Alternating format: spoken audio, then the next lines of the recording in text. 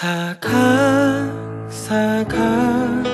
책장 넘기는 소리 톡톡 톡톡 맛있는 책 이야기 책과 음악이 함께 있는 온북 TV 수요북콘.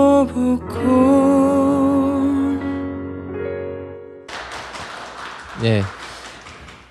책장 넘기는 소리가 사각사각, 맛있는 책 이야기가 톡톡, 수북수북 쌓여가는 지식창고, 수요일의 북콘서트로 여러분을 초대합니다. 이게 멘트가 밖에까지 들려서 제가 한번 멘트 한번 읽어봤습니다. 지금 말하는 거는 여기 분들 들으시라고 하는 게 아니라 밖에 분들 좀 들으셨고, 지금 구경하시는 분들이나 지금 잠깐 뭐 배회하시는 분들 네스카페 맞은편 앞쪽으로 오셔갖고 예, 저희 잠깐 쉬어가는 타임 갖도록 하겠습니다. 예, 그러면 저희는 공연을 시작하도록 하겠고요. 시간이 조금 지체된 관계로 원래 3시간 정도에 제가 공연을 준비했다가 예, 오늘은 2곡으로 간단하게 하고 넘어가도록 하겠습니다. 예, 재밌는 말이었는데 예, 오늘 다 어색하신 거, 이게 추워서 좀 굳으신 거죠? 그쵸? 예, 말씀을 잘하시네요, 아주. 저는 보시다시피 예, 슈퍼 배짱이라고 하고요. 예, 저번에 했던 공연인데 오늘 은행나무 소년, 예, 제가 책을 읽고 저는 살짝 약간 슬프기도 하고 좀 어떤 면에서는 또 기쁘기도 하고 저도 좀 스스로 대입이 되는 부분도 좀 있고 예, 좌절도 그렇고 그래서 제가 중간에 요 책 내용 대사도 조금 인용을 해서 나레이션으로 몇 개 좀 넣어갖고 노래를 좀 꾸며봤습니다. 제목은 바다 더 깊은 들려드릴게요.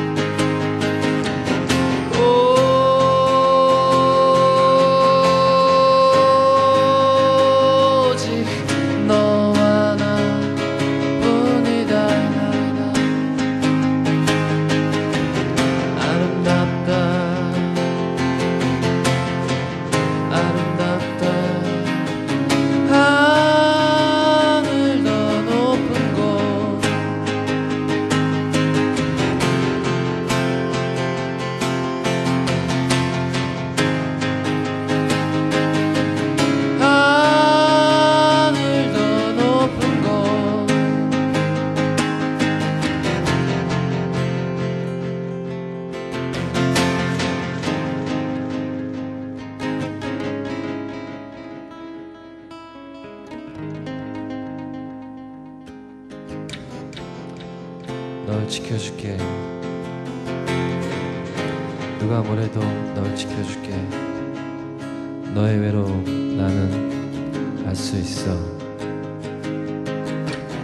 알잖아, 우리를 지켜줄 사람은 아무도 없다는 걸. 네가 나에게로 와. 내 모든 것이 무너지고 부서진다 해도 괜찮아. 작은 화분 하나에 은행나무를 심고 널 찾아갈 거야. 아기 씨앗을 들고 바다 더 깊은 곳에 묻어둘 거야. 알잖아, 우리를 지켜줄 사람은 아무도 없다는 거.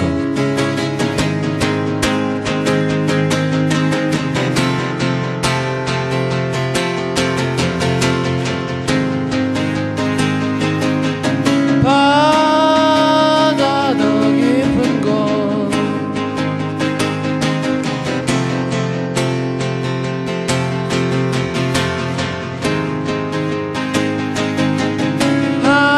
하늘 더 높은 곳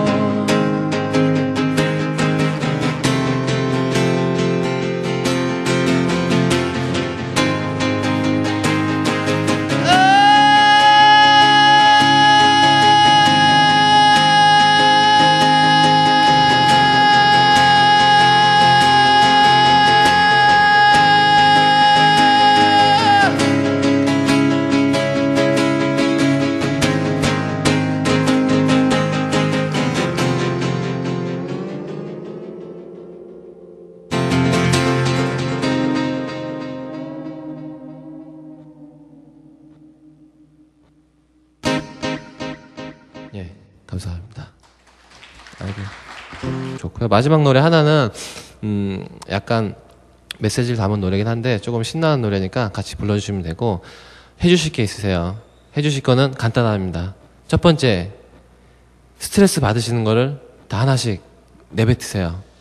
스트레스 뭐 있으세요? 받으시는 거? 한 명만 걸려야죠. 한 명만.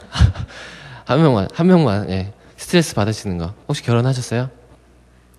아, 그러면은 이게 남편분의 월급이 스트레스인가요? 아니요. 그럼 다른 거 뭐 스트레스 뭐 있으세요? 뭐 제가 스트레스인가요? 지금 이 자리 제가 스트레스인가요? 하나만 말씀해 주세요. 야근. 고용법상 야근은 포함되어 있습니다. 예, 노동법상 야근은 포함되어 있고, 어쨌든 그 야근, 그리고 뭐 카드값, 아니면 뭐 화장품, 남자친구, 시험, 뭐 승진. 시험 떨어지셨어요? 그럼 지금 공부하셔야죠. 무슨 시험 떨어지셨어요? 아, 괜찮습니다. 인생의 시험에서는 붙어 있으니까 괜찮습니다. 예. 예, 이런 것들 다 생각하시면서 스트레스 날리시면서 새끼야! 이렇게 해주시면 돼요. 예, 새끼야. 그러니까 할머니가 어린 손자들, 이 새끼야, 너 왜 이렇게 공부 안 해? 이렇게 하듯이, 제 친구가 이제 예전에 이거, 지금 좀 시간이 한 7, 8년 됐는데, 제 친구가 자살을 했어요. 그래서 자살 방지하자는 목적에서 이게 좀 만들었던 노래인데, 알고 보면 또 웃음 속에 감동이 또 있어요. 그러니까 그 자살하지 말자는 메시지를 담고 있고, 스트레스 풀고, 옆에 있는 친구한테, 새끼야, 힘내. 이런 식으로 할 수 있게끔 만든 노래라, 흐뭇하시죠? 예, 아빠 미소를 저희한테 보여주고 있으셔갖고, 스트레스 하나씩 다 쏟아내면서 하시면 되겠습니다. 쉐키 할 때 같이 해주시면 돼요. Hey Dude.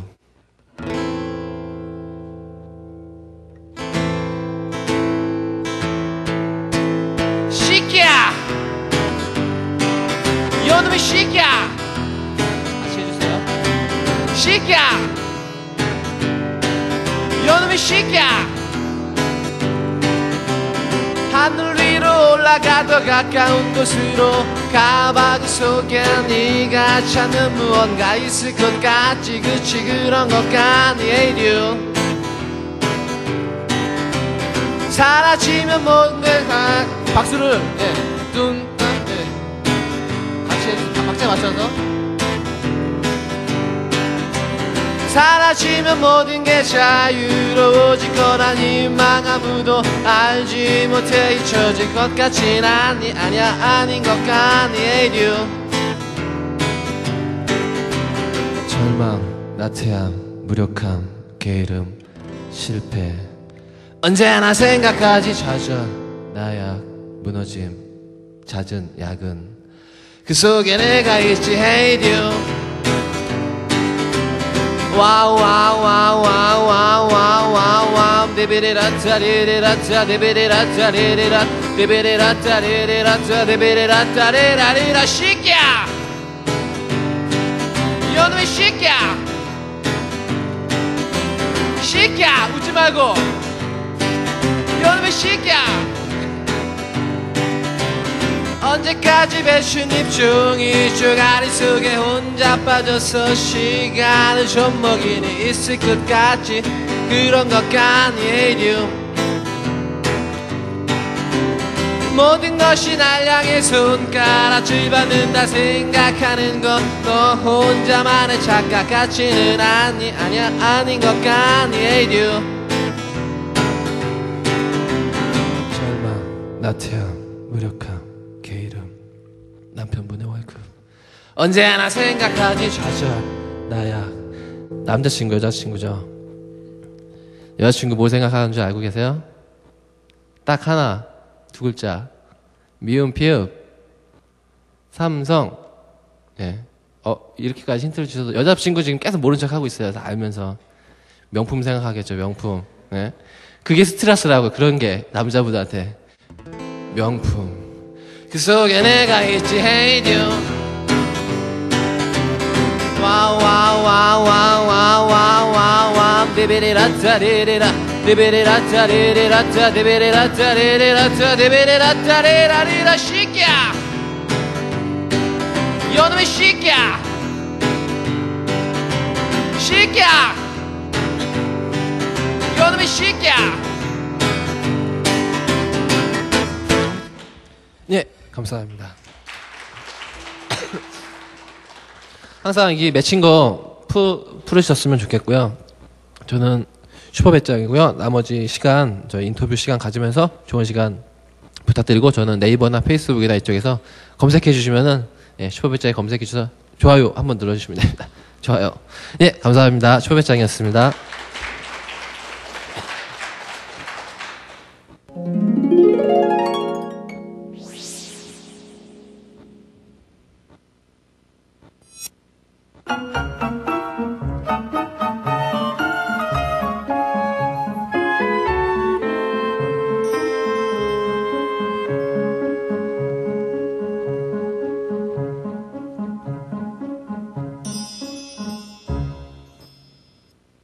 네, 안녕하세요. 오늘 제3의 목소리 작가 시리즈에는 정도상 선생님을 모시고 말씀을 들어보겠습니다. 최근에는 낙타를 내셔서 많은 주목을 받고 계십니다. 이 낙타의 작가의 말에 그런 말이 있습니다. 초원과 사막에 서면 문명사에서 보이지 않던 길의 뼈가 보인다라는 말이 있는데요. 오늘 작가 선생님을 모시고 저희가 미처 보지 못했던 길의 뼈에 대한 얘기를 들어보도록 하겠습니다.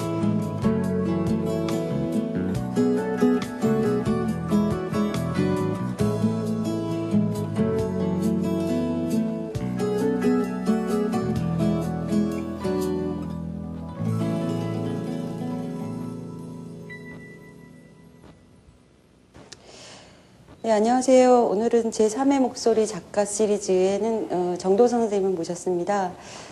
저번에 저희가 김남일 선생님을 모셨는데요.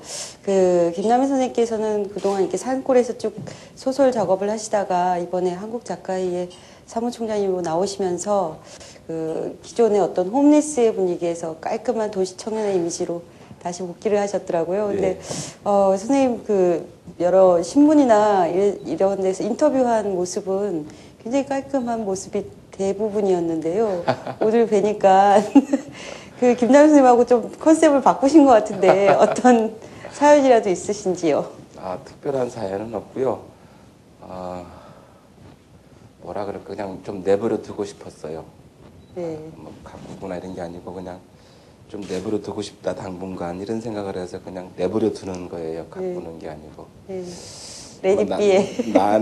김남일 작가도 아마 한동안 내버려 두다가 작가회의 사무총장 하면서 좀 공익근무를 해야 되니까 좀 깔끔하게 한 것이 아닌가 생각이 드네요. 네. 저는 거꾸로 공익근무를 줄이고 네. 좀 내버려 두려고요.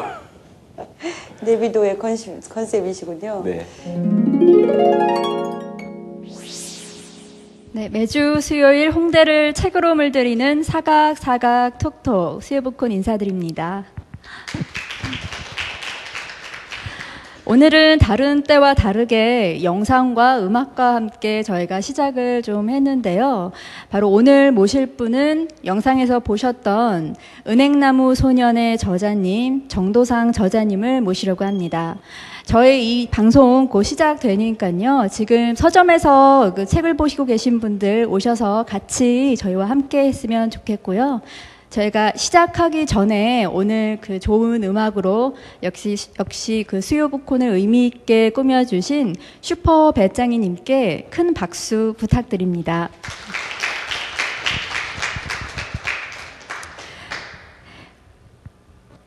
예, 그러면 저희가 정도상 작가님을 좀 모실 텐데요. 모시기 전에 그 작가님에 대한 간단한 소개를 좀 먼저 드릴게요.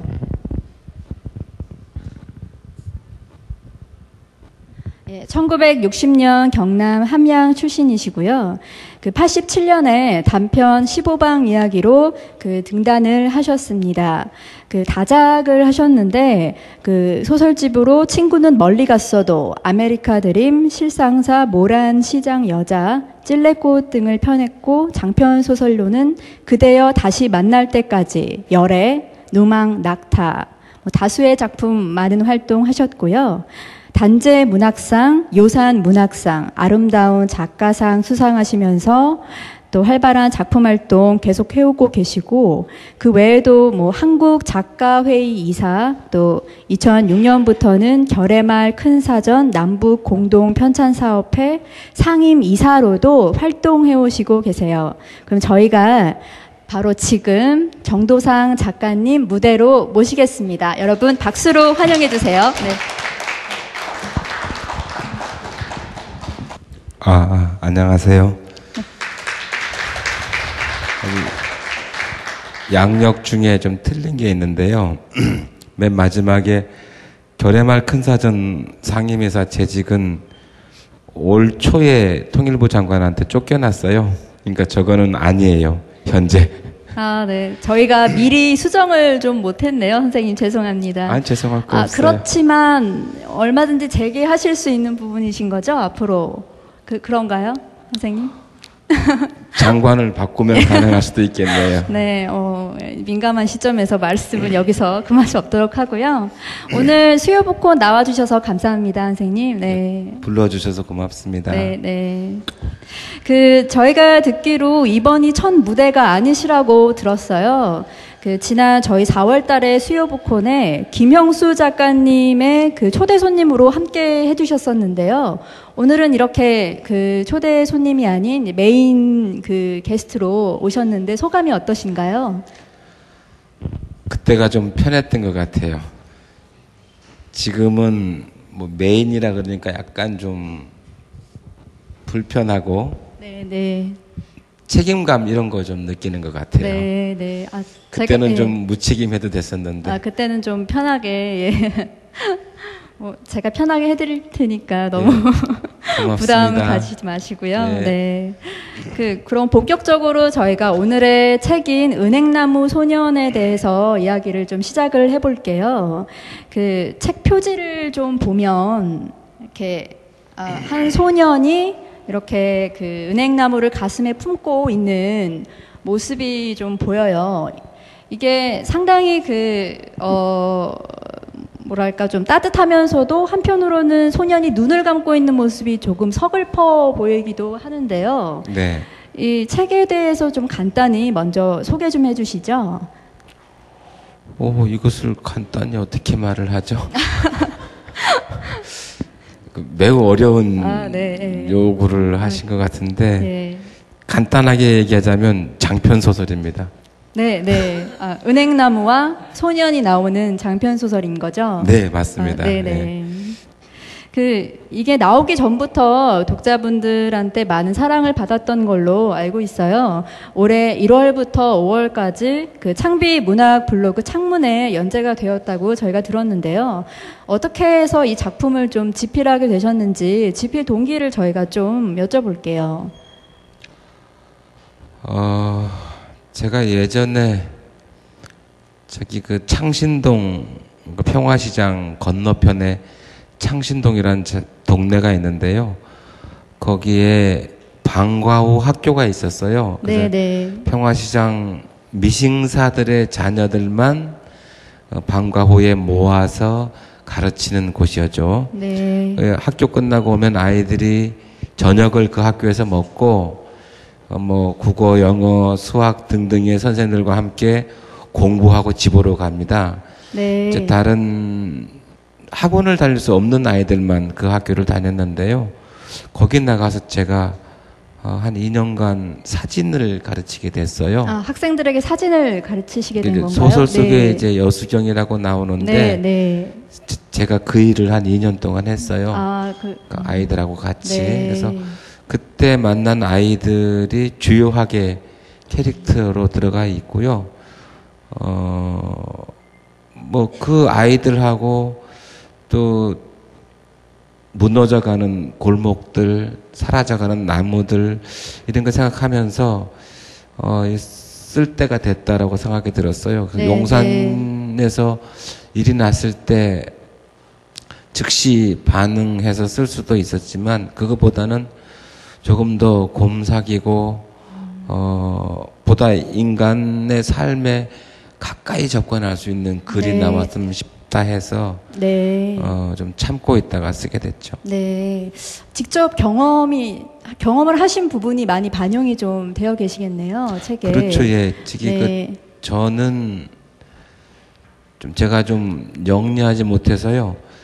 경험하지 못한 것을 네, 네. 글로 쓸 수가 없어요. 네. 그래서 언제나 제가 경험해냈던 것들 그리고 서울로 이사 와서 우리 어머니는 다행히 단 한 번도 새를 살지 않으셨어요.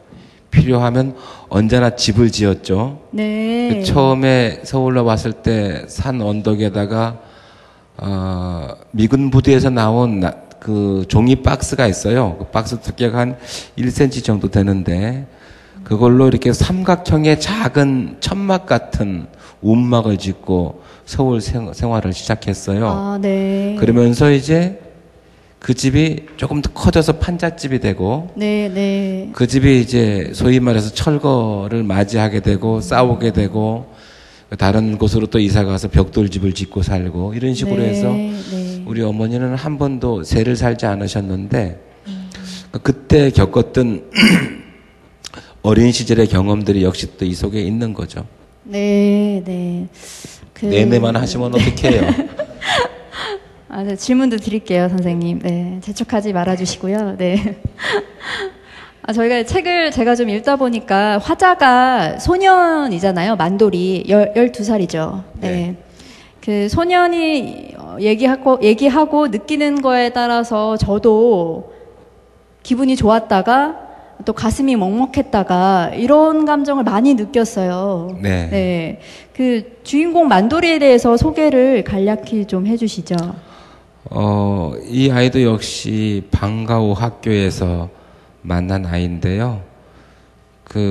얘는 아버지랑 같이 살고 있었어요. 아버지랑 할머니랑 같이 살고 있었는데, 엄마는 가난을 이제 못 견디고 도망치고 네, 없고, 아버지는 소위 노가다라고 하는 이제 막노동하고 그것을 하고 살고 있는 소년이었는데, 얘가 아주 개구졌어요. 네, 네. 주변에 친구들도 잘 때리고, 남의 집 지붕에 올라가서 사진 찍는다고 지붕에 올라갔다가 지붕을 몽땅 무너뜨리기도 하고. 네. 개구장이였네요. 네. 이 아이가 너무 개구져서 방과후 학교에서도 쫓겨난 적이 있어요. 그 학교 안에서도요? 네. 네. 그 퇴학당했는데, 그때 네. 이제 방과후 학교 원장 선생이라고 해야 될지, 뭐 교장 선생이라고 해야 될지, 제가 그분하고 싸웠어요. 여기에서마저 저 꼬마를 포기하면 어떻게 되냐 대체 그 최후의 그 선 같은 걸 좀 있어야 된다고 생각하는데 아무리 애가 개구지고 옆에 애를 잘 때린다 하더라도 그 끝까지 책임져야 되는 자세 때문에 막 싸우고 이러면서 이제 그 아이를 많이 좋아하게 됐어요. 네, 그 아이를 네, 좋아하고 그러다가 보니까 이제 얘를 주인공으로 삼았으면 좋겠다는 생각을 갖게 된 거죠. 그 뭐 좋아하시게 되셨다고 하니까 아이와 많은 대화도 나누시고 좀 이런 공감대가 좀 있으셨겠네요. 대화는 안 나누고요. 네, 네. 주로 꿀밤 때리고 네. 맛있는 거 사주고 네, 네. 스킨십. 예. 네, 네. 그리고 진짜 말은 별로 안 하고 내가 뭘 이를테면은 지금 평화시장 가서 사람들의 발을 찍어 와라. 그럼 네, 이제 네. 발만 찍고 오고 이런 걸 시키면 그걸 곧잘 하더라고요. 네. 그래서 이제 그 아이한테 대화를 한 건 아니고 칭찬을 많이 해줬어요. 네, 네. 너는 이런 재주가 있다. 이 재주가 있다는 칭찬을 아주 많이 했더니 네 사진 좋다 하니까 진짜 열심히 또 사진만 찍어요. 그래서 이 칭찬이 아이를 조금씩 바꾸게 하는 거 이것이 좋은 경험이었던 네, 것 네. 같아요. 칭찬은 고래도 춤추게 한다는 말이 있잖아요. 책에 있는 거죠. 네. 네. 그렇게 많이 소년과 가깝게 좀 이렇게 지내신 것 같은데요. 특별히 이 화자를 그 소년으로 정하신 이유가 혹시 있으신가요? 지금 책에서 보면 소년 주위에 이제 많은 일들이 일어나고 있잖아요. 뭐 천사마을 사람들 좀 힘든 모습이라든가 또 뭐 가족들 그 소년을 둘러싼 가족들도 그렇고 소년 자체도 어떻게 보면은 좀 열악한 환경에 좀 이렇게 둘러싸여 있는 부분이 많은데요. 특별히 소년을 통해서 이런 부분들을 좀 보여주고 싶으셨던 거죠. 한국 사회의 일부에서는 사실 공동체가 좀 고장나 있기도 합니다. 그래서 이 소년을 더구나 고아로 만든 거는 한국 사회 공동체의 부성과 모성의 부재를 얘기를 하고 싶었어요. 그래서 소년이 고아로 등장함으로써 우리가 살고 있는 세상의 어느 한 부분이 이렇게 망가져 있다고 하는 점을 네, 좀 네. 얘기를 하고 싶었고, 뭐 어른들을 화자로 하면 이야기가 더 자세히 많이 나올 수는 있겠으나 너무 좀 직접적일 것 같다? 네, 네, 그러니까 네. 은유화되고 상징화될 것 같지 않아서 네, 네. 오히려 우리가 겪어낸 비극과 혹은 상처로부터 한 발짝 좀 떨어졌으면 싶은 마음에서 소년을 화자로 삼았어요. 한 발짝 떨어져서 보여주셨지만 오히려 그래서 더 안타깝고 저희가 더 잘 느낄 수 있지 않았을까 합니다. 개인적으로는 그렇게 느꼈거든요. 네. 네.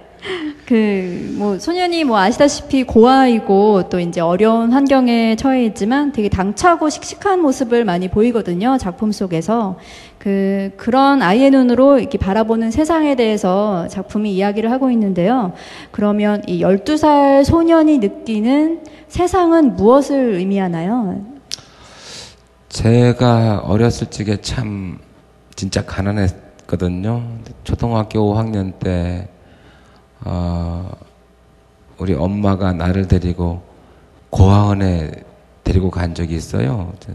고아원에 이틀 있었어요. 이틀이요? 이틀 있었는데 네, 네. 사흘째 엄마가 와서 좀 울면서 미안하다고 하면서 나를 데리고 나왔거든요.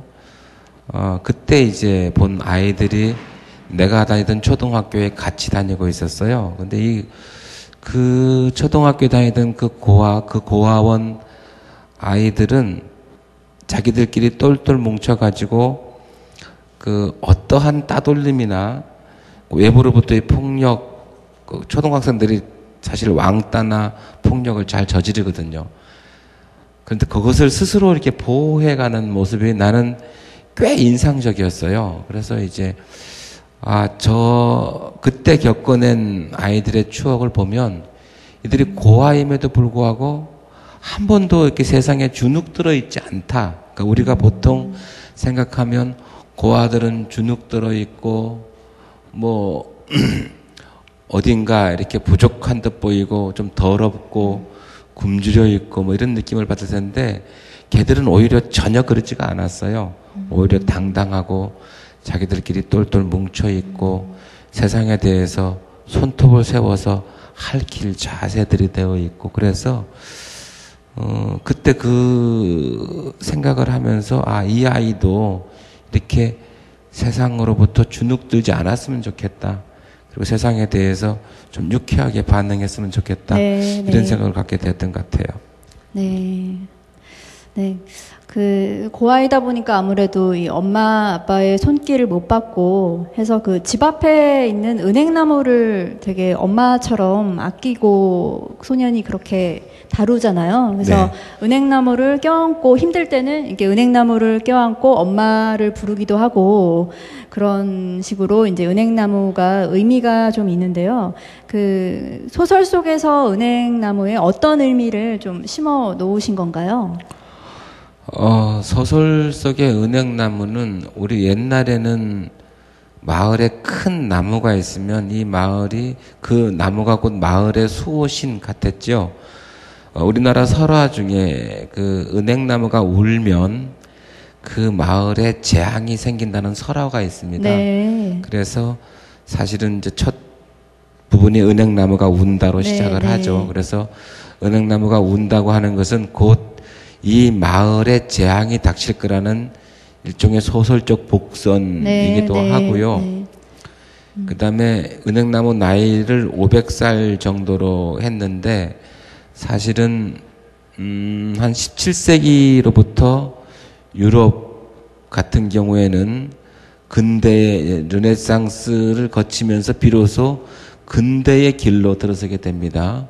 18세기는 근대가 태동되어서 여러 가지 혁명들, 그러니까 영국의 명예혁명, 산업혁명, 네, 프랑스 네. 대혁명 같은 것들이 18세기에 일어났다가 19세기에 근대에 대한 반동 같은 게 일어나서 다시 또 전제정치 같은 거 돌아갔다가 네. 다시 또 20세기에 이제 근대화가 본격적으로 되는데 이 은행나무의 나이는 인류가 맞이한 근대화의 나이이기도 합니다. 네. 근대화의 나이이기도 하고 이 500년 묵은 기나긴 세월이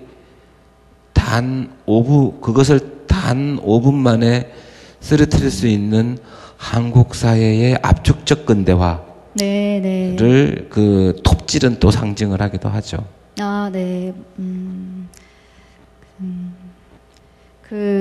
그럼 전체적으로 이 소설을 통해서 전하고 싶으셨던 메시지가 어떤 부분인가요?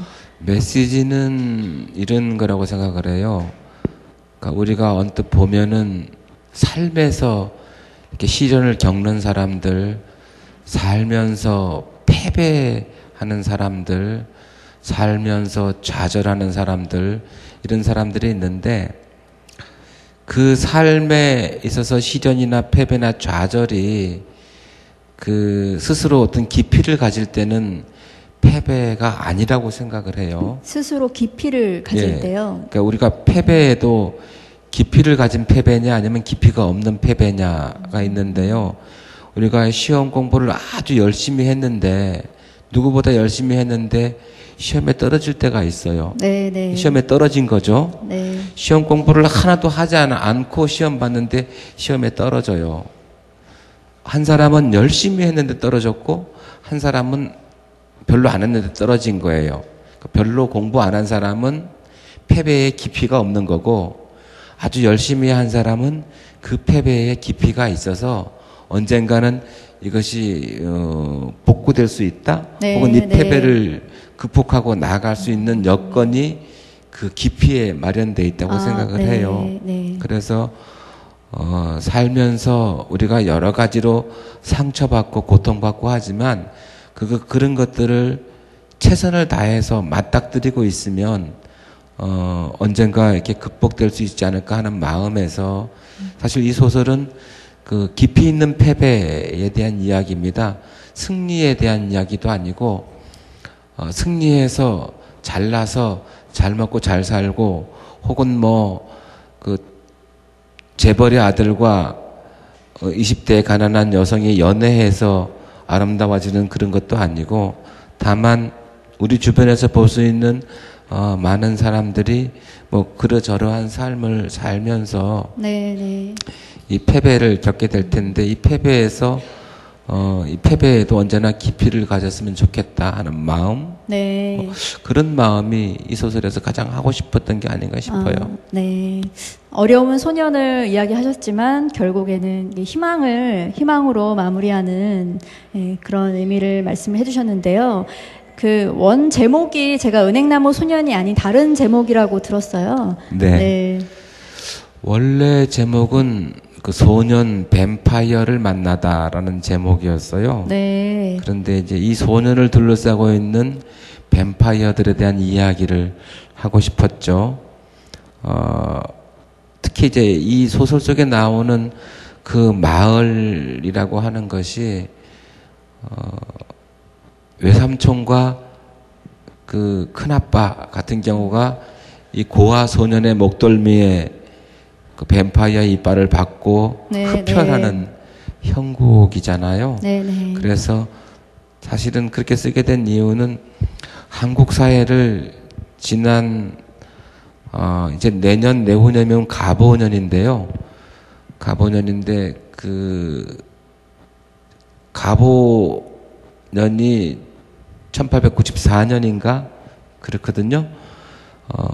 그때로부터 시작돼서 120년이 이제 됐는데 그 사이에 우리나라가 겪어내야 했던 온갖 상처들이 있어요. 근대화를 해나가면서 받는 상처인데 그 중에 뭐 일본의 식민지로 전락하고 일본의 식민지로 전락한 상태에서 일본이 식민지의 근대화를 통해서 수탈해가면서 우리 민족이 겪어야 됐던 온갖 어려운 상처들, 그다음에 한국 전쟁이 있고 이렇게 해서 상처로 번복된 지난 120년이었는데 이 120년을 그 후에 50년, 최근에 50년을 결정짓는 요소가 있습니다. 이게 바로 토건주의라고 생각했어요. 네. 토목과 건설 위주의 경제 정책, 이것이 어떻게 우리들이 쌓아온 기억과 경험의 심연들을 한순간에 무너뜨릴 수 있는지 바로 한국 사회의 뱀파이어가 이런 사람들이 아닌가 싶어서 제목을 그렇게 정했는데 출판사에서 제목이 너무 직접적이라고 바꾸라고 해서 따랐죠. 오히려 제목이 이슈가 될 수도 있었을 것 같은데요. 예, 전 제목이 물론 지금 제목도 좋고요. 네. 제가 우기는 걸 잘 못해가지고요. 네. 출판사 편집부에서 바꾸자 그러면 기꺼이 바꿔주고 그럽니다. 네. 아니, 지금 제목도 너무 좋습니다. 네. 고맙습니다. 네. 네, 은행나무 소년 정도상 작가님과 함께하고 계신데요. 저희가 또 지금 이야기를 또 다른 초대 손님 한 분을 더 모시고 이야기를 좀 더 나눠볼까 합니다. 그 정도상 작가님과의 특별한 인연으로 그 저희 수요 북콘을 방문을 해주신 문학평론가 이선우 씨를 모시겠습니다. 여러분 박수로 환영해 주세요.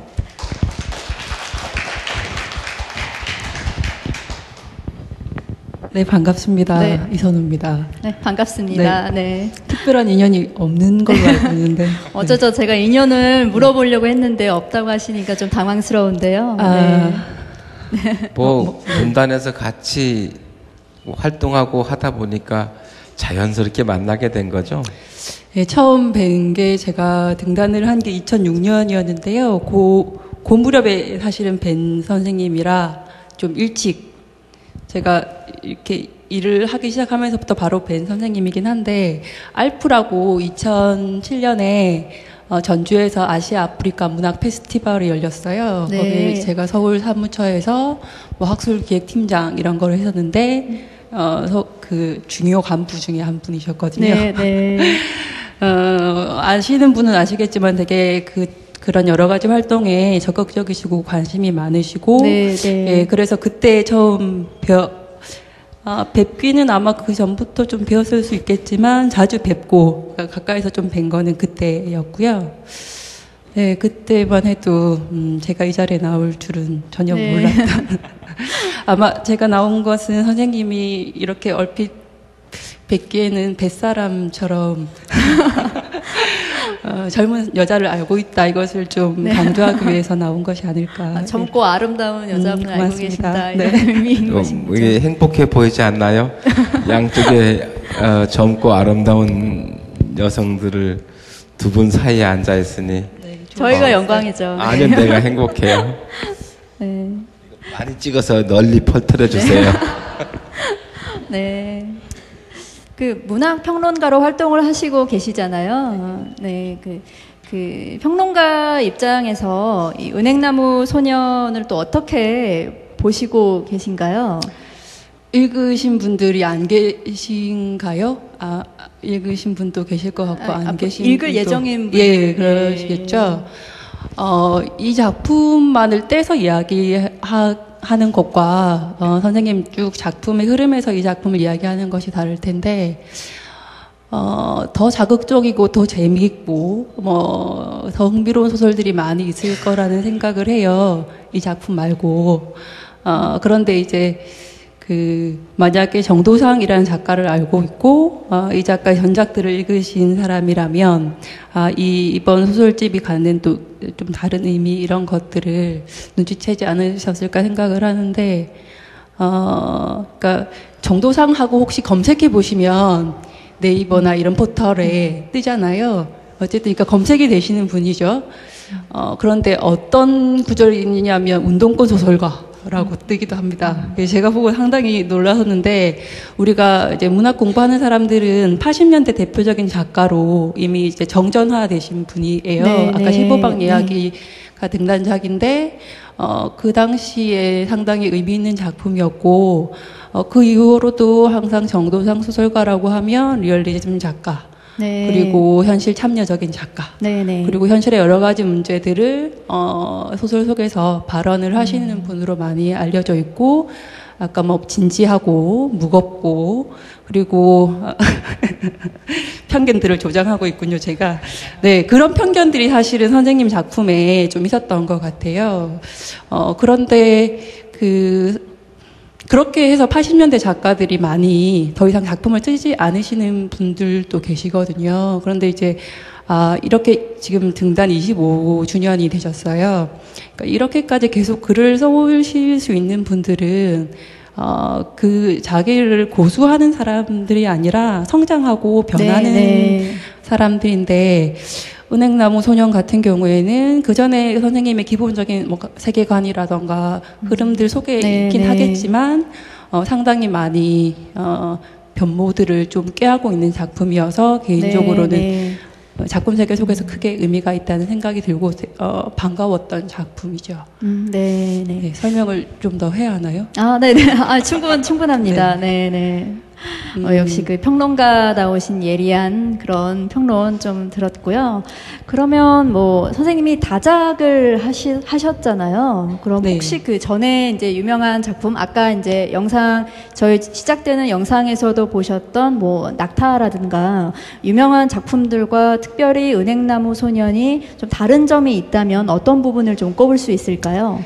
선생님 소설 세계 속에선 오히려 그렇게 엄청 새로운, 소재적인 측면에서만 보면 엄청 새로운 작품은 아닐 수 있어요. 오히려 전작, 낙타라던가 실상사 연작 이런 작품들이 조금 더 내면을 응시하는 작품들이어서 좀 흐름이 다른데, 2004년에 실상사 연작이 발표가 되고 2005년에 소설집이 하나 발표가 되지만 그거는 그 전에 썼던 작품이고, 그리고 찔레꽃이라는 작품이 2008년이고요. 그리고 2010년에 낙타, 2012년에 은행나무 소년인데, 이게 흐름이 좀 이렇게 있는 것 같아요. 오히려 리얼리즘 소설 쪽에 좀 가까운 대사회적인 문제를 발언하는 것에 가까워 보이는 게, 찔레꽃 같은 경우에는 탈북자 소설, 은행나무 소년은 뭐 그냥 소재로만 이야기를 하면 철거민 이야기인 거죠. 그런데 그런 식으로 이렇게 소재주의로 이야기를 하면 그런 이야기이긴 한데 그 전 작품들에서 내면 응시가 좀 많이 있었거든요. 그러니까 작가들이 내면을 응시하는 거는 사실은 다 하는 일이죠. 누구나 작가라면 네, 네. 사회를 해석하는 것, 세계를 해석하는 것뿐만이 아니라 자기를 응시하는 것이 상당히 중요한 작업인데 거기까지는 누구나 할 수 있다고 생각을 해요. 그런데 이제 그 다음 응시를 하고 나서 어떻게 할 것인가. 선생님 죄인처럼 만나고 네, 그 다음 작업이 사실은 상당히 중요하다고 생각을 하는데 이게 이제 은행나무 소년이 그 다음 작품이라고 할 수 있을 것 같은데요. 어떤 이유에서 특별히 어떤 부분이 좀 그렇게 부각이 되어서 다음 작품으로 시기적으로 당연히 다음 작품인데 네, 시기적으로 다음 작품이고 그러니까 뭐냐면 네. 그 낙타 같은 경우에도 자기 실존을 바라보고 그리고 네, 자기와의 싸움들이 계속 있어요. 네. 그러니까 투철한 자기 비판이 사실은 있거든요. 자기 소설을 그 두 작품에서 보면 되게 까든 작품들이 그 구절들이 있어요. 자기가 네, 작품을 네, 네. 못 쓴다, 유머가 없다, 네, 무겁다 네. 이런 걸 스스로 성찰하고 있는 부분이 있는데 그 부분들을 여기서 잘 극복을 하고 있는 작품이 있어서 그러니까 그 흔히 리얼리즘 작가라고 하면 리얼리즘이니까 주의잖아요. 그러니까 어떤 주의에 빠지게 되면 주의라는 것은 되게 추상적이고 어떻게 생각하면 관념적일 수 있는 거고 그래서 이분법적인 사고 체계에 속할 수가 있는 거죠. 그런데 선생님 이번 작품에 보면 소재는 철거민이다, 고아다 이런 것이긴 하지만 구체적인 어떤 삶 속에 상당히 근접하고 있어서 그러니까 삶이라는 거는 그렇게 이분법적인 것이 아니라 훨씬 더 여러 층위가 네, 있는 네. 거잖아요. 그래서 이 소설 같은 경우에는 그런 어떤 주의에 빠져 있는 게 아니고 이분법적인 시선을 벗어나 있어서 문학사적으로도 그러니까 지금 소설의 흐름 속에서도 상당히 중요하다는 생각이 들고 선과 악 이런 것이 여기에 무슨 철거민만 등장하는 것이 아니라 철거 용역반 친구도 등장을 하는데 내면이 있는 내면이 있는 박정철이라는 청년이 등장을 하고 그러니까 싸우는 자와 피해자와 이 가해자의 구분이 사실은 명확하지 않은 네, 그런 네. 여러 가지 것들을 같이 보여주고 있고요. 오히려 더욱 더 리얼리즘 그렇죠. 있는 어떻게 거죠. 생각하면 훨씬 네. 더 리얼리티에 가까운. 네. 그리고 아까 사회자님께서 이야기를 하실 때 소년 화자에 대한 중요성을 네, 되게 네. 강조하셨는데 선생님 소설 중에서 지금까지 발표된 소설 중에서 소년 화자가 등장한 것은 지금 처음이거든요. 아, 네, 네. 그래서 소년 화자여서 세계를 정확하게 인식하지 못하고 자세히 그리지 못할 수도 있긴 하지만 한편으로는 세계에 대해서 어떤 편견을 가지고 정확한 잣대가 아직 규정되어 있지 않기 때문에 더 다층적으로 그릴 수 네, 있지 네. 않았을까라는 생각이 들고 무엇보다 중요한 거는 저는 이 소설에서 유머라고 생각하는데요. 네, 네, 네. 소재만 생각을 하면 좀 비극적이고 슬프고 가난하고 뭐 그런 이야기인데 이 아까 이제 만돌이라는 소년이 되게 개구지고 그런 현실과 싸워서 뒤에 보면 시발 행복해지고 말 테야라는 네. 구절이 있는데 네. 그런 것을 온몸으로 가지고 있는 어린 아이가 등장을 해요. 그래서 그런지 이 소설이 전반적으로 은행나무 소년이란 표지도 그렇고 좀 가볍게 나름대로 독자에게 좀 더 네, 친근하게 네. 다가가려고 하는 노력들이 있는데 그러니까 유머를 프로이트는 네, 어떻게 이야기를 네, 하냐면 네. 어려운데요. 네. 뭐 저도 잘 아는 건 아니지만 그러니까 제가 뭐 다 썼던 글에 들어 있었던 건데요. 우리가 흔히 이제 그냥 유머 있게 얘기하는 사람들이 현실로부터 도피하는 것 아니냐 이렇게 생각할 수 있잖아요. 그런데 현실의 절망, 자기를 절망에 가두고 그런 낙오시키고 그런 것으로부터 시선을 돌리는 정신적 위대함이라고 얘기를 하거든요. 여유인가요? 그렇죠. 예. 네. 그러니까 우리가 만약에 너무 이렇게 직설적인 세계관에 빠지면 유머가 없으면 현실을 잘못하면 이렇게 나락으로 떨어지는 네, 거죠. 네, 근데 네. 거기서 시선을 돌리는 위대함, 정신적 태도로 이야기를 하고 있는데 네, 네. 그런 태도가 은행나무 소년에서 발견이 되고 있고 그것이 거리두기이기 때문에 훨씬 이 작품을 독자들에게는 오히려 더 세계에 대한 인식뿐만 아니라 더 가까이 다가가게 하는 뭐 그런 것도 된다고 생각을 합니다. 네, 네. 잘 들었습니다. 평론. 네. 네. 네, 고맙습니다. 네. 너무 이렇게 저희 둘만 이렇게 얘기하고 선생님 이렇게 옆에 그냥 외톨이로 모셔둔 것만 같은데요.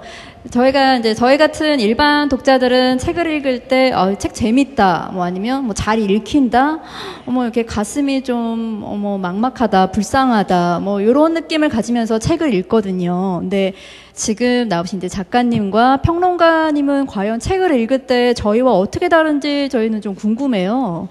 뭐 저희와는 다른 시선으로 이렇게 분석하면서 읽으시는지, 아니면 작가님은 내가 쓰면 뭐 이거보다 더 잘 썼을 텐데 이렇게 또 생각하시면서 읽으시는지 저희가 좀 궁금합니다. 저 먼저 대답하나요? 생각하는 것보다는 사실은 책을 좀 많이 읽는 편에 속합니다. 뭐 소설도 읽긴 하지만 이를테면은 경제학, 사회학, 철학, 역사까지 그때그때 따라서 상당히 많이 읽고 그러는데요. 저는 그냥 좀 스펀지 같이 그냥 있는 그대로 받아들이는 편이에요. 분석 많이 하려고 하지 않고, 분석을 하게 되면 읽는 재미가 너무 떨어져서 그냥 일단 다 읽고 한 두 번째 읽을 때쯤 분석해볼까 뭐 이런 역시 하시는군요. 하고 있고요. 또 줄치기랄지 혹은 태그를 많이 붙이는데 그것은 때로는 읽다 보면은 이게 표절 욕심이 나는 구절들이 많이 있어요. 좋은 글귀들. 그런 것들을 뭐 어디다 써먹진 않지만 언제나 이렇게 되새기고, 특히 이제 삶이 다층적으로 표현된 문장을 좋아해요. 그래서 이제 그런 문장들이 있으면 언제나 내가 그걸 다시 자꾸 읽어보면서 이런 태도를 가져야 되겠다는 생각을 하게 되는 거죠. 그러니까 제가 책을 많이 읽는 것은 태도를 갖기 위해서지 그걸 뭐 인용하거나 뭐 공부에 쓰기나 뭐 이러지는 않는 것 같아요. 다만 작가로서 이렇게 언제나 어떤 태도를 끊임없이 잘 유지하고 있어야 된다는 뭐 노력이랄까 뭐 그런 것의 일환이라고 생각이 듭니다. 네, 평론가님은 어떻게 읽으시나요? 선생님께서 마이크가 나오나요? 네. 책을 열심히 읽으셔서 다층적인 삶의 태도를 유지하게 되셨다고 했는데 맞는 것 같아요. 고맙습니다. 네, 열심히 공부하신 결과군요. 네, 저는 방금 말씀하셨던 분석하면서 읽으면 재미없다고 하셨는데, 사실 직업이 읽는 사람인 것이어서 예전에 이것을 직업으로 하지 않을 때에 비하면 재미없을 수도 있는 것 같아요. 그냥 처음 읽기에는 부담도 있고 내가 여기에서 뭔가 분석을 해야 하고 해석을 해야 한다라는 부담이 있긴 하지만 그래서 사실은 항상 책을 읽을 때 가방에 언제나 들어있는 것은 형광연필이거든요. 네, 줄긋기. 그렇죠. 형광연필. 집에 이불이나 이런 데도 항상 형광펜 자국이 어디든 있고 그렇긴 한데 책을 이렇게 여러 번 읽죠. 그리고 저도 예전엔 작가가 되고 싶었던 적이 있었기 때문에 작가가 이 글을 쓰면서 얼마나 오랫동안 고민을 하고 고초를 겪고 천천히 썼을까. 그것만큼은 아니어도 나도 천천히 읽어야겠다 이런 생각을 좀 하고 읽는 편이에요. 느리게 되새김질을 하면서. 그리고 항상 발췌를 해서 적어 놓죠. 저 같은 경우에는 인용을 하기 위해서이기도 하고 써먹으려고. 네, 그렇습니다. 역시 저희랑 좀 다르게 접근을 하시는 부분이 있으시네요. 네. 선생님이 물론 다작을 하시지만요. 옆에서 보실 때, 천상 작가님이시다. 이렇게 생각되시는 때가 많으실 것 같아요. 뭐, 그런 에피소드가 있으신가요? 에피소드라기보다, 지난번에 제가 선생님과 인터뷰를 했었던 적이 있었는데요. 저는 그 작가 젊은 작가뿐만 아니라 이렇게 오랫동안 글을 쓰시는 분들의 동력이 뭔가를 정말 깨닫게 됐어요. 그러니까 작가인 분들이 그러니까 오랫동안 작가를 할 수 있는 것은 작품에 대한 애정뿐만이 아니라 자기가 작품을 쓰지 않으면 살 수 없는 사람들이로구나. 그러니까 네. 가장 주위에 여러 가지 현안들, 자기의 힘든 일들 뭐 이런 것들이 다 있어도 작품에 대한 이야기를 할 때는 마냥 정말 사랑에 빠진 사람처럼 행복해하면서 네, 네. 다음 작품에 대한 구상이 되면 모든 것을 잊고 그것을 좋아하는 모습 그리고 자기의 힘든 일 이런 것들을 오히려 글쓰기로 극복을 하는 모습 이런 것을 보면 아 천상 작가로구나 앞으로 계속 죽을 때까지 글 쓰시겠구나 그런 네, 생각이 네. 들죠. 네. 아, 네. 동의하시는 거죠, 선생님? 그 모든 길은 집에서 시작해서 집에서 끝난다. 문장을 아마 낙타에서 썼을 텐데요. 네. 제 이름이 이제 도상이에요. 사실 이제 길에서 살아가는 사람의 형상을 이름으로 가지고 있는 건데, 집과 길은 사실은 길이 끝나는, 시작되고 끝나는 지점이 집인 거죠. 저는 네, 언제나 네. 길 위에서 떠도는 사람인데, 그 어떤 경우에도 이 소설이라는 집으로 돌아가게 되더라고요. 네. 지금 네. 내가 하고 있는 여러 가지 일들이 좀 있어요. 당장 눈앞에 닥친 일들도 있고, 막 그 현실에 막 개입해 들어가야 하고, 함에도 불구하고, 사실은 은행나무 소년이 책으로 나오기 전에 이미 내 머릿속에서 이게 다른 작품이 굴러가기 시작했어요. 네. 근데 왜 그러냐면은 요새 갱년기인가 봐요. 그래서 이게 아주 많이 우울하고 아주 침체돼서 사실은 아주 많이 바쁜 일로 많은 사람을 만나고 회의도 많이 하고 기획도 많이 하고 있는데도 불구하고 돌아서면은 이게 딱 혼자 있는 듯한 고립감, 무기력함 뭐 이런 게 네. 나를 사로잡아서 네. 어떤 때는 이렇게 강의 끝나고 오다가 정말 차를 길거리에 세워놓고 그냥 한 30분씩 그냥 막 엉엉 울기도 하고 네. 그러다가 이것을 견뎌 나올 수 있는 방법이 뭔가 하다가 역시 소설이라는 집으로 돌아가야 되겠다 싶어서 이제 새 소설을 쓰기 시작했고요. 이제 서장하고 이제 1장까지 써놨어요. 뭐 더 열심히 쓰면은 또 1월 달쯤에 또 네. 어디 연재가 될 것 같아요. 네, 네. 저희가 또 그때 모실게요. 나와주실 거죠? 예, 맞습니다. 네. 네. 관련해서 또 생각나는 게 하나 있는데 예전에 그때는 찔레꽃이 나오고 나서 얼마 되지 않았던 시기였는데 어떤 심포지엄 같은 데서 저번에 선생님께서 말씀드렸는데 그냥 이렇게 방청객으로 앉아 계셨어요, 선생님께서. 그런데 그때 문해 정책에 대한 이야기를 하면서 지원금을 국가에서 작가들이 어떻게 받을 것이냐, 국가가 얼마나 더 지원을 해줘야 될 것이냐, 뭐 이런 거에 대한 토론회가 벌어졌었거든요.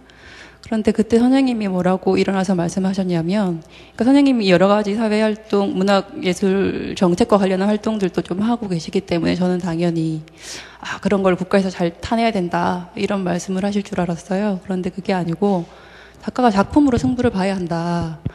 우선 뭐 국가에 기대기 전에 작품을 잘 쓰라고, 작품을 잘 써서 독자하고 잘 소통을 하게 되면 최소한의 생계를 충분히 유지할 수 있다. 그러니까 작품을 잘 쓸 생각을 먼저 하자는 말씀을 젊은 작가들에게 하셨어요. 그래서 자기 작품에 대한 자부와 그 작가로서의 어떤 자부를 가지고 있구나라는 거를 느꼈죠. 네. 그때 후배 작가들이 뒤에서 욕하지 않았어요? 네. 네, 자기 작품은 잘 나가니까 그러는 건가 이렇게 생각하는 다 들으셨네요. 네.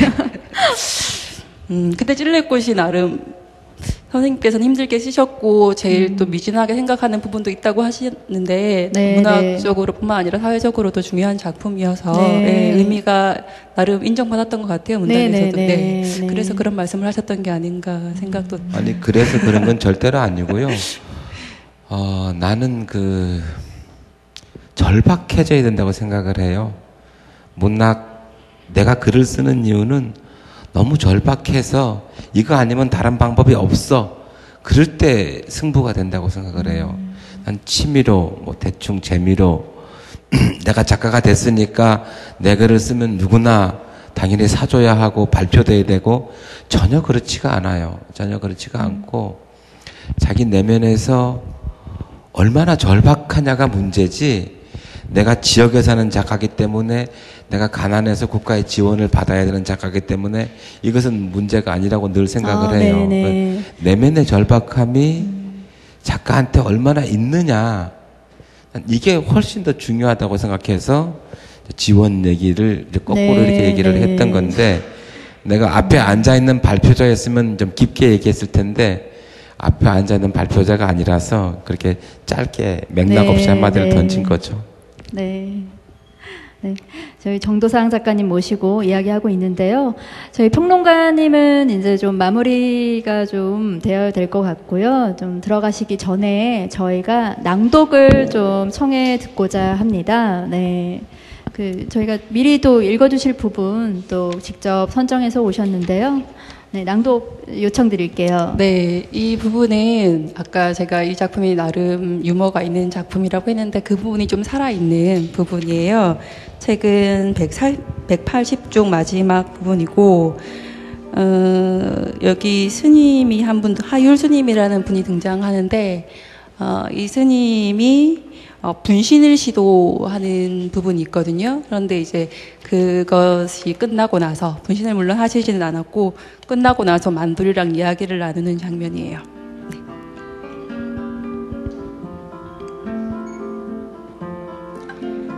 나는 스님이 온몸에 석유를 붓고 앉아있는 장면을 찾아서 보여주며 울었다. 이때 기분이 어땠어요? 야, 무서워 죽는 줄 알았다. 용역들이 다시 오면 몸에 불을 붙여야 하는데 괜히 큰 소리를 쳤는가 싶어서 마구 후회하고 있었지.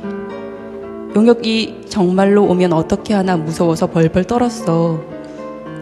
그 사람들이 불을 붙여보라고 약을 살살 올리는데 아주 미치는 줄 알았다. 다행히 물러나서 이제 살았다 싶더라고. 다시 왔으면 정말로 어떻게 하려고 했어요? 야, 무조건 36개 주랭랑이지. 멍청하게 진짜로 불을 붙이냐? 스님이 너무 귀여워서 빡빡머리를 쓰다듬고 싶었다. 그런데 한편으로 생각하면 부처가 될 절호의 기회를 놓친 것 같기도 하고, 스님이 말했다. 엥, 이건 또 무슨 말인가? 부처라니? 스님이 어떻게 부처가 된단 말인가? 부처님은 절 법당에 앉아있는 분 아닌가? 나는 고개를 갸웃했다. 사람 주제에 감히 부처가 되려 하다니. 그것은 목사님이 예수가 되고자 하는 것과 비슷한 것 같았다. 사람이 어떻게 부처가 돼요? 내가 따지듯 물었다. 내 몸에 불을 붙여서 활활 타버렸으면 가능하지 않았을까, 뭐 그렇다는 것이지. 따지긴 뭘 따져. 하율 스님이 살짝 꿀밤을 먹이며 웃었다. 나는 스님의 몸이 활활 타올라 부처가 되는 상상을 해봤지만 아닌 것 같았다. 사람의 몸이 불에 타면 뼈만 남는 것을 나는 똑똑히 보았다. 그 뼈를 절구통에 넣고 빻아 가루로 만들고 그 가루가 바람을 타고 허공으로 사라지는 것을, 나는 그것을 겪어본 사람이었다. 너 간디라고 아냐? 하율 스님이 불쑥 물었다. 간디? 처음 들어보는데 이 땡중은 왜 이렇게 질문이 많아? 라고 생각하면서 고개를 저었다. 간디도 모르냐? 공부 좀 해라, 공부 좀. 이거 뭐 무식해서 말이 통해야지. 야마, 사진만 잘 찍는다고 다 되는 게 아니야. 배에만 똥이 차는 게 아니다 너. 머리에도 똥이 차는 법이야. 똥대가리란 말 알아 몰라. 똥배보다 더 나쁜 게 똥머리야. 하율 스님이 더럽게 잘난 척을 하며 내게 잔소리를 퍼부었다. 나는 우시, 잔소리 마왕이 여기 또 있네 라고 속으로 생각했다. 하율 스님은 혈관 속으로 방울방울 떨어지는 포도당 액을 오래 쳐다보았다. 나는 어제 찍은 사진을 다시 보며 여수경을 생각했다. 만돌아, 재개발 조합원들을 모두 악마라고 생각하진 마. 사람을 천사와 악마로 나누어 버리면 그 무엇도 할 수가 없단다. 사람은 그냥 사람이지. 착한 사람, 나쁜 사람이 따로 있는 게 아니야. 막로에 있는 사람은 착하고 철거 용역은 나쁘고 이렇게 생각하지 말라는 뜻이야. 사람의 마음은 하루에도 12번씩 착해졌다가 나빠졌다가 한단다. 나는 싸움에서 이기기 위해 천사 마을에 있는 게 아니야. 뭐랄까, 거대한 욕망에 희생당하는 작고 사소한 욕망들이 안쓰러워서 있는 거야.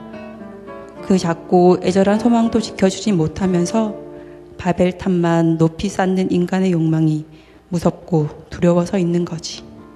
네, 여기까지입니다.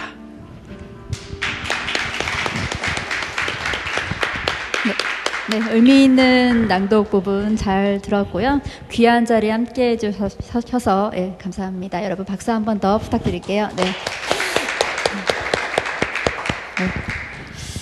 그럼 다시 그 작가님께 처음에 등단을 이제 하시게 된 이유, 작가로서 길을 걷게 되신 이유가 좀 궁금합니다. 네. 작가가 처음 되고 싶었을 때는 고등학교 2학년 때였어요. 네. 문학소년이셨던 거죠?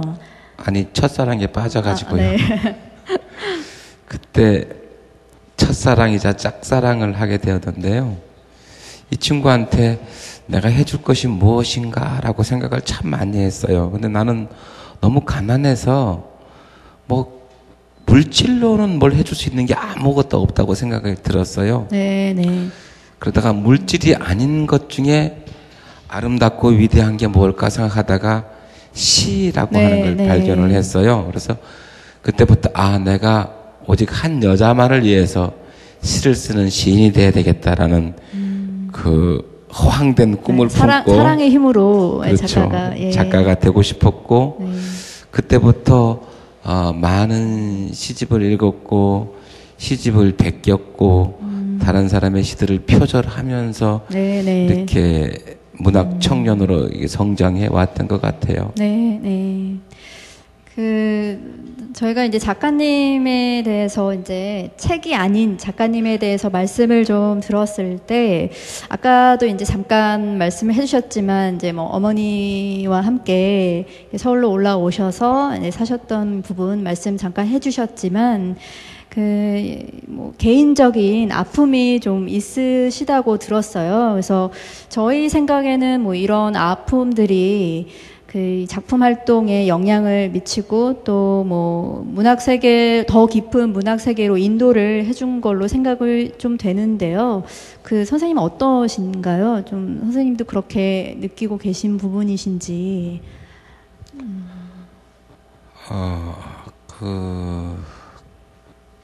개인적인 아픔 얘기는 지금 하기가 조금 요새 내가 힘들어요. 네. 요새 아주 그 부분에 대해서 특히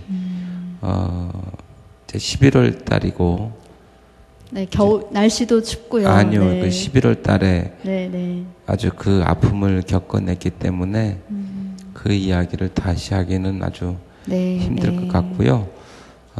다만 그 말로 설명하기 어려운 그 절망의 상태에서 나를 다시 붙들어 잡아주고 끄집어 올린 것은 역시 소설이었다. 하는 말씀은 드릴 수 있을 것 같아요. 네, 그러면 그 부분은 좀 넘어가도록 하고요. 그 문학 외에도 이제 다양한 활동을 하시잖아요. 뭐 작가회의, 뭐 아까 뭐 남북 작가회의에서도 작가로서 이제 사회적 행보를 계속 해오시고 계신데요. 또 그동안 해오신 이제 작가 외에 이런 사회적 부분의 행보에 대해서 잠깐 소개 좀 해주시죠. 말씀 좀 해주시죠. 네.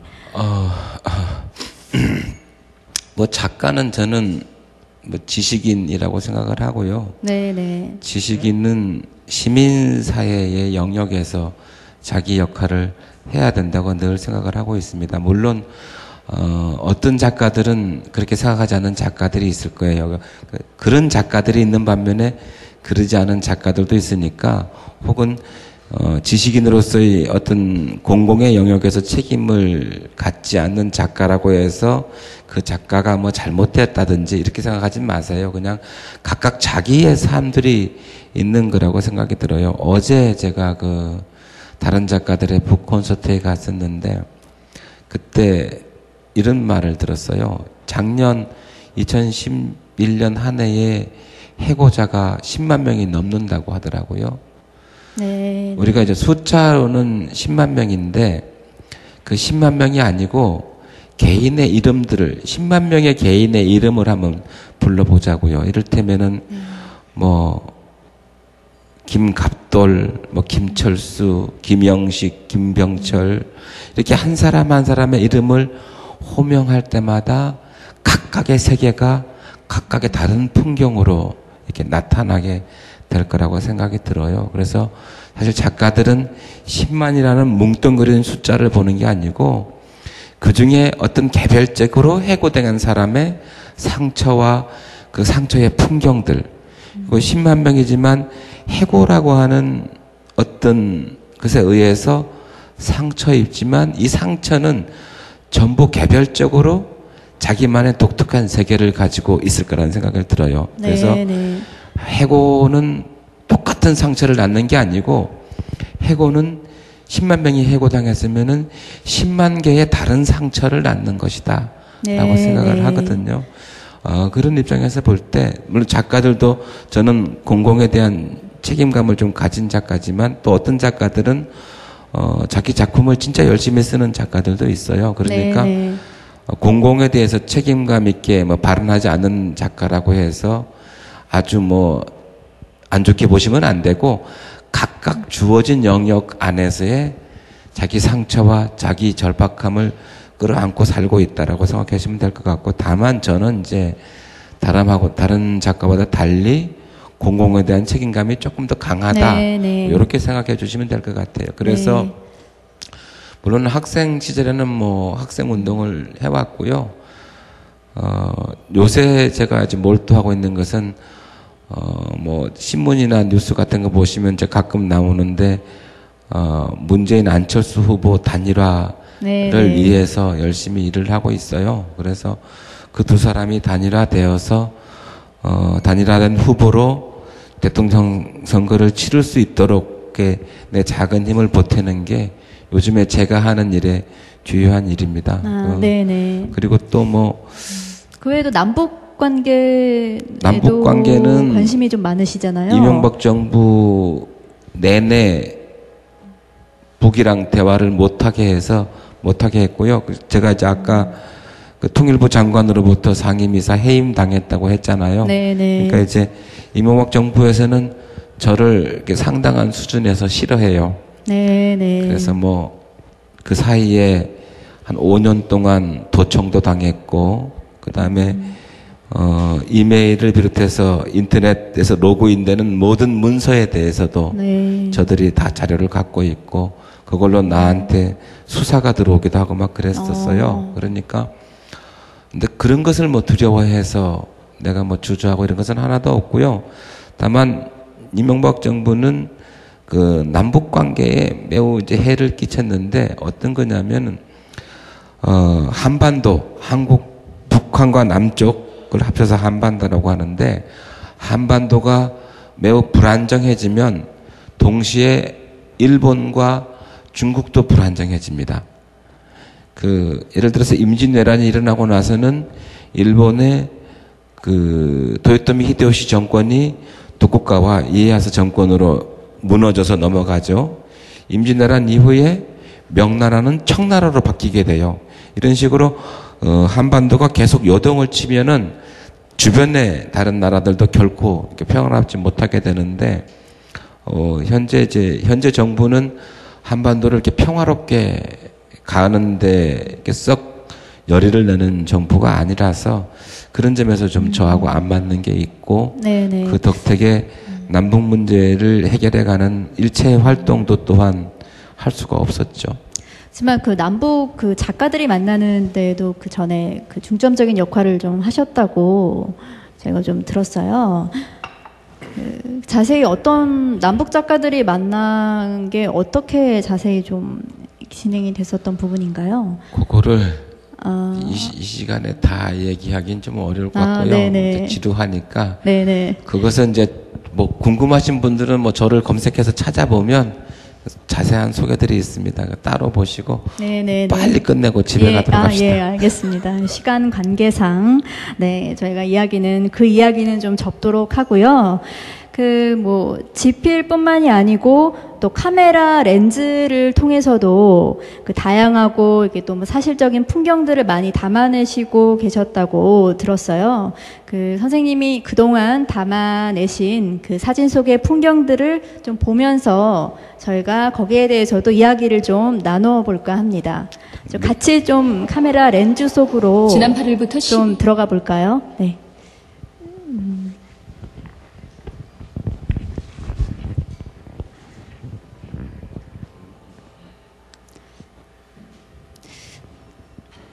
문과 창문이 많이 보이네요. 문도 보이고요. 이 작품은 이 사진들은 어떻게 이렇게 좀 촬영하시게 된 건가요?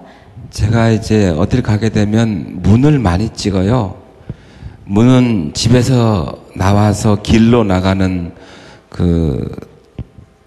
공간과 공간을 나누고 연결시켜주는 이제 뭐 도구 혹은 뭐 사물인데요. 이 깨진 창문과 이 풍경들을 보면서 인간의 이 심연의 기억들이 교실이거든요. 이쪽은 망가진 교실인데 저기에서 수많은 어린 학생들이 뛰어놀고 저 창문으로 이런 세계들을 바라보고 살았을 텐데 어느 순간에 저런 것들이 이렇게 폐허가 되고 있다는 점. 그래서 인간의 개발과 경제 발전이 어떻게 인간의 경험과 기억과 추억을 망가뜨릴 수 있는지 이런 것에 중점을 갖고 사진을 좀 찍어서 이런 사진들이 나온 것 같아요. 아주 예쁜 자작나무죠, 저거는. 네네. 아이들이 아까 봤던 교실 벽에 그렸던 그림이에요. 왼쪽은 어떤 부분인가요?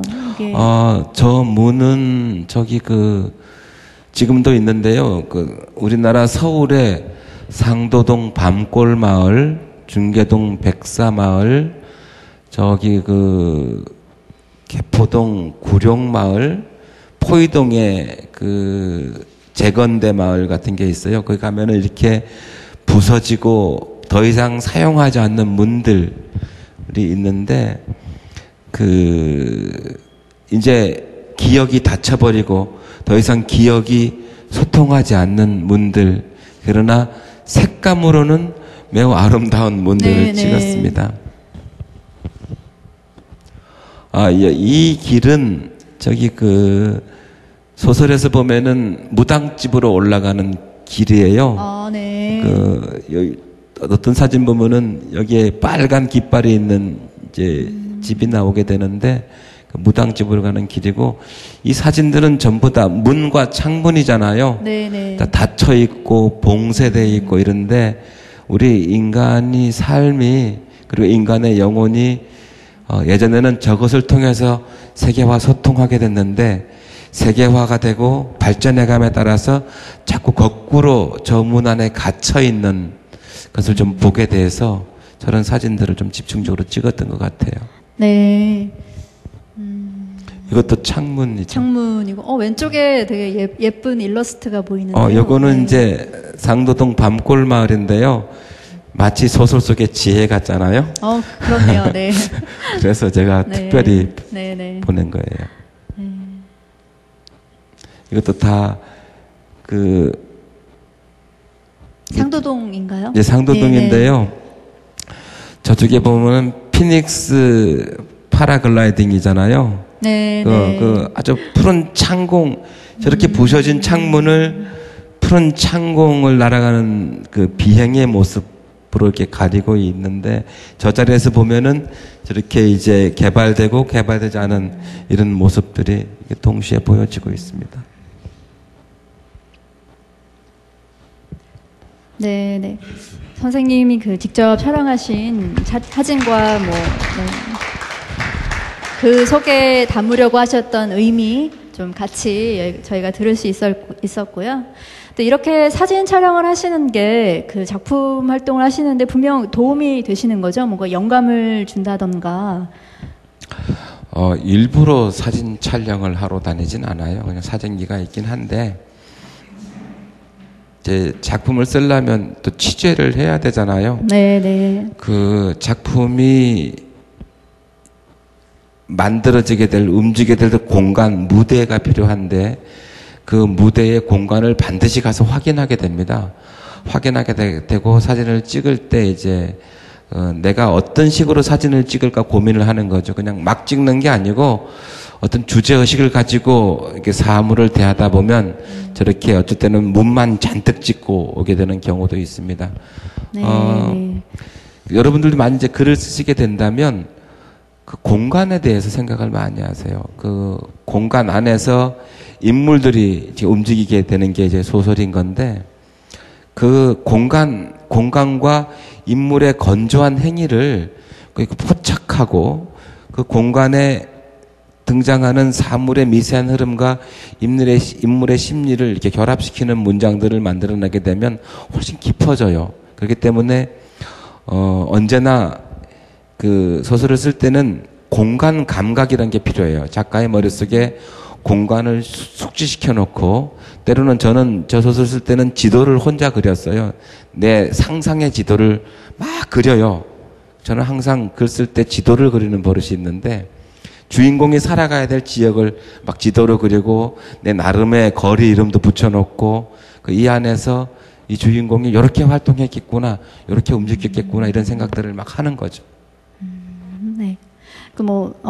사진에서 출발해서 이제 그 문학을 하시고자 하는 분들을 위한 또 뭐 하나의 또 그 커멘트까지 좀 덧붙여 주셨는데요. 많은 도움이 되실 거라고 생각을 하고요. 저희가 마무리를 좀 하기 전에, 저희가 낭독을 좀 하는 시간을 좀 가져볼게요. 제가 직접 선정한 은행나무 소년의 일부분을 낭독을 좀 하고요. 그 이후에 정도상 작가님께 낭독을 청하겠습니다. 네.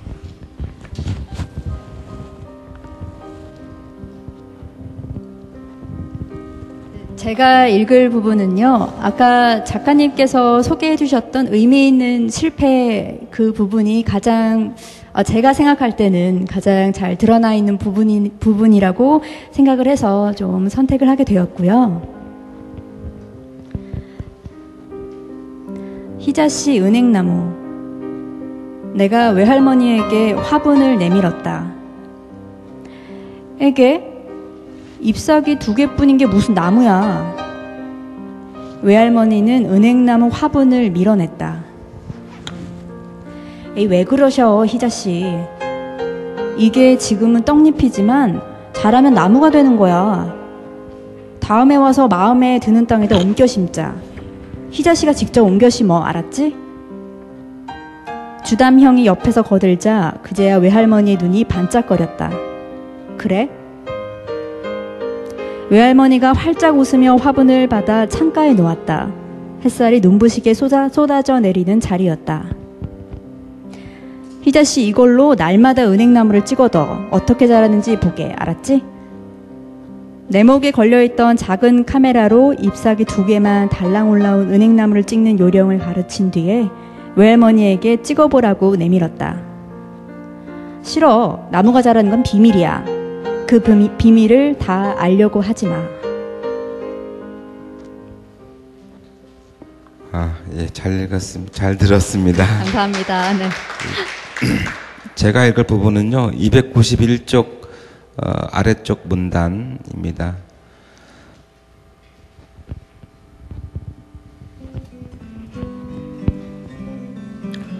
사람이 탄다. 얼어붙은 땅 위에서 몸을 구르지만 사람의 몸에 심지를 내린 불꽃이 너울너울 춤을 춘다. 죽음의 불꽃춤이다. 사람이 운다. 울음소리가 새벽 하늘을 가득 채운다. 사람의 울음을 군화가 짓밟고 곤봉이 때리고 방패로 찍는다. 사람의 울음에 불이 붙는다. 그 울음 위로 한방눈이 내려 소복소복 쌓인다. 불에 타는 사람이 눈사람이 된다. 다리가 없는 눈사람 위에서 사람의 울음이 얼어붙는다. 눈사람의 가슴에 영역의 군화 자국이 선명하다.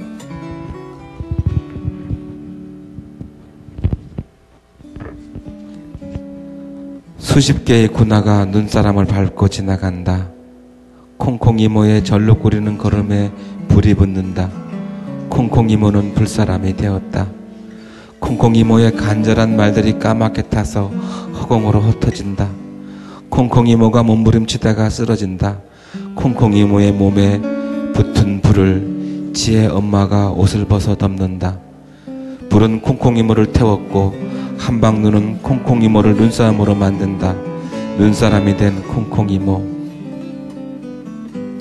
세상의 모든 눈사람은 제 발로 걸을 수가 없다. 눈사람은 이제 집을 짓지 않는다.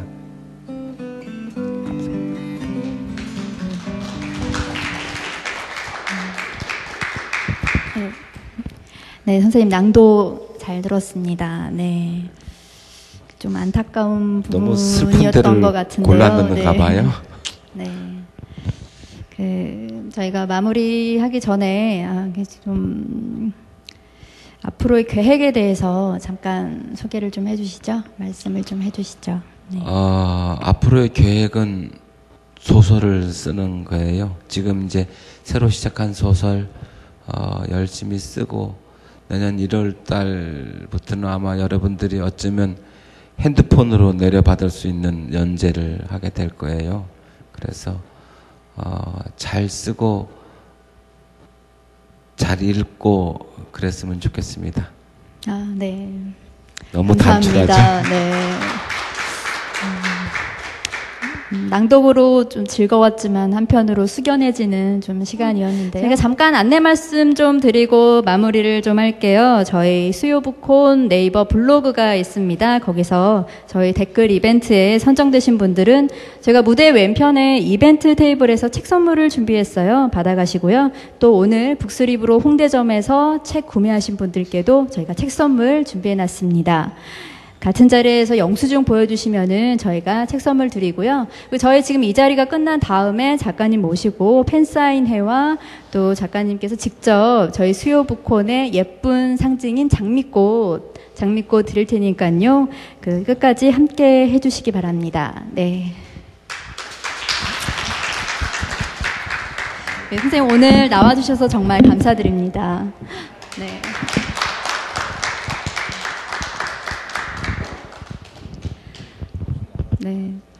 네, 책을 사랑하는 마음 북스리브로와 출판 전문 인터넷 방송 온북TV가 함께하는 수요일의 북콘서트 오늘 마무리를 해야 될 것 같은데요. 오늘 은행나무 소년의 정도산 작가님과 함께하는 아주 소중한 시간이었습니다. 저희가 다음 주 제39회 수요 북콘에서는요. 책 앞에서 머뭇거리는 당신에게 저자 김은섭 저자님과 함께하니까요. 저희와 계속 함께해 주시고요. 오늘 방청해 주셔서 정말 감사합니다. 여러분 고맙습니다. 네.